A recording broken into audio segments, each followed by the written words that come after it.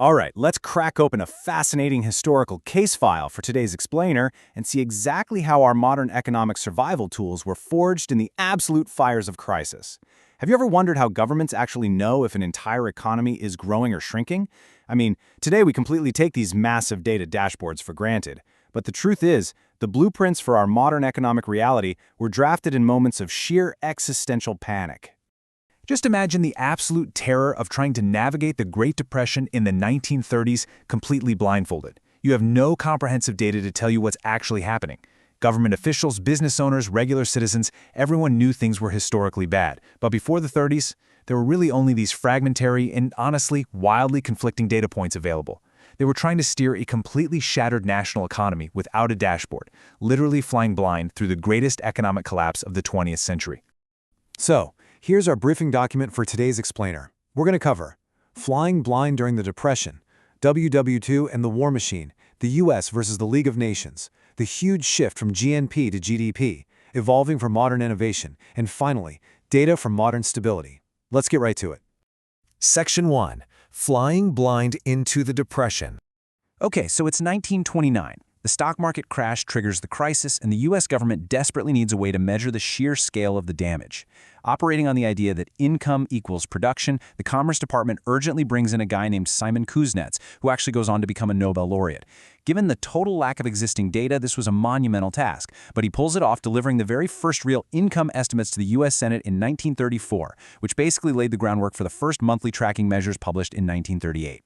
And wow, did these new monthly measures prove their worth immediately. Because they were finally tracking the numbers closely over short time frames, they uncovered a sudden, terrifying 11% drop in incomes, right from a post-depression peak in August 1937, straight down to a recession trough in March 1938. Think about that. If the government had just been relying on annual statistics, they would have completely missed the speed and the severity of that drop. The dashboard was finally starting to work. Moving on to Section 2. World War II and the War Machine. So the Great Depression starts to wane, but then World War II erupts, and suddenly tracking individual income just wasn't cutting it anymore.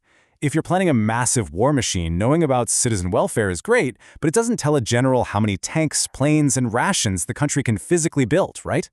This desperate need for total production data sparked the introduction of gross national expenditure in early 1942.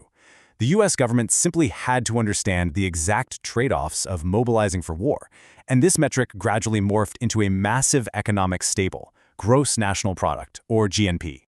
Section 3. The U.S. versus the League of Nations. Now, while the U.S. was frantically developing these wartime metrics, the international community was actually running its own parallel track. As early as 1928, the League of Nations held a conference to encourage internationally comparable statistics, and by 1939, they were publishing estimates for 26 different countries. Back in the U.S., by the summer of '47, national income and product stats were being presented as this really clever double-entry accounting system. But meanwhile, that exact same year, the League of Nations dropped a major report by Sir Richard Stone. And that report, it became the foundation of the modern system of national accounts, which are the internationally accepted guidelines that literally still influence how countries calculate wealth today. All right, Section 4. The big shift from GNP to GDP. What's really fascinating here is a highly technical shift that completely changed how we view national output. For decades, right up until 1991, the U.S. featured gross national product, or GNP. Now, GNP is resident-based. It tracks the monetary value of everything produced by the normal residents of a country, no matter where they physically are on the globe. So, for example, if a U.S. auto company owns a plant over in Great Britain, the value reflecting U.S. labor or property gets counted in the U.S. GNP, even though it was built across the ocean. But then, in 1991, the U.S. officially shifted to featuring gross domestic product, or GDP. GDP is a domestic, boundary-based measure. It only cares about what is physically produced inside the geographic borders of the United States. So if a Japanese auto company owns an assembly plant in Ohio, 100% of that output is included in the U.S. GDP, because it happened on U.S. soil. The U.S. made this switch because a boundary-based measure just aligns perfectly with other domestic stats we use all the time, like local employment and population data. I know this looks like a giant alphabet soup of metrics, but the crucial point is how they actually relate to each other. It's basically just tweaking a formula. As a policy analyst, you shift from a domestic measure like GDP to a national measure like GNP just by adjusting for net foreign income. And you move from a gross measure to a net measure by simply subtracting the consumption of fixed capital, which is just a fancy way of saying capital depreciation. And this cascading flow brilliantly illustrates those official relationships according to the Bureau of Economic Analysis. It perfectly maps exactly how you bridge the gap between gross domestic product and national income. By methodically factoring in statistical discrepancies, depreciation, and foreign payments, economists can take a raw measurement of physical domestic production and convert it into a highly accurate picture of the true net income earned by a nation's residents. It's like a giant puzzle coming together. Which brings us to Section 5, Evolving from Modern Innovation. So the U.S. Bureau of Economic Analysis, or BEA, is the agency tasked with maintaining this massive national dashboard. And let me tell you, the accountants haven't been asleep at the wheel since the 1940s. It is a constant balancing act between theoretical ideals, what data is actually available, and whatever pressing economic questions we're facing today. They are constantly revising their methodologies to capture the bizarre and brilliant realities of a modernizing economy. Over the decades, they've made some massive leaps. In the 1950s, they introduced real inflation-adjusted output to figure out true purchasing power. In the 80s, as everything globalized, they seriously expanded how they track international trade and services. Then the 90s digital revolution hits, and boom, they had to figure out how to officially record investments in computer software.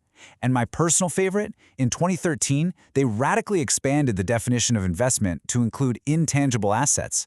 They officially started treating research, development, and even the creation of artistic originals as fixed investments. As human innovation evolves, the math evolves right alongside it. And finally, Section 6, Data for Modern Stability. These meticulously evolved numbers, they are absolutely not just boring spreadsheets for academics to argue over.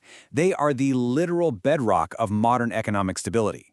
They dictate fiscal policy, monetary policy, corporate strategy, global trade, the whole shebang. It is precisely because of this massive stabilizing influence that back in 1999, the Commerce Department literally named the invention of these accounts and its marquee measure, GDP, as its absolute greatest achievement of the 20th century. No small praise there. So we've gone from flying totally blind in the 1930s to having a highly calibrated digital dashboard today. But the economy never stops mutating. So I want to leave you with this to ponder. As our world becomes increasingly virtual, driven by AI, decentralized finance, and intangible digital goods, what new invisible value are we going to have to learn to measure next? Because if we don't figure it out, we just might end up flying blind all over again. Thanks for joining me on this explainer, and keep your eyes on the data.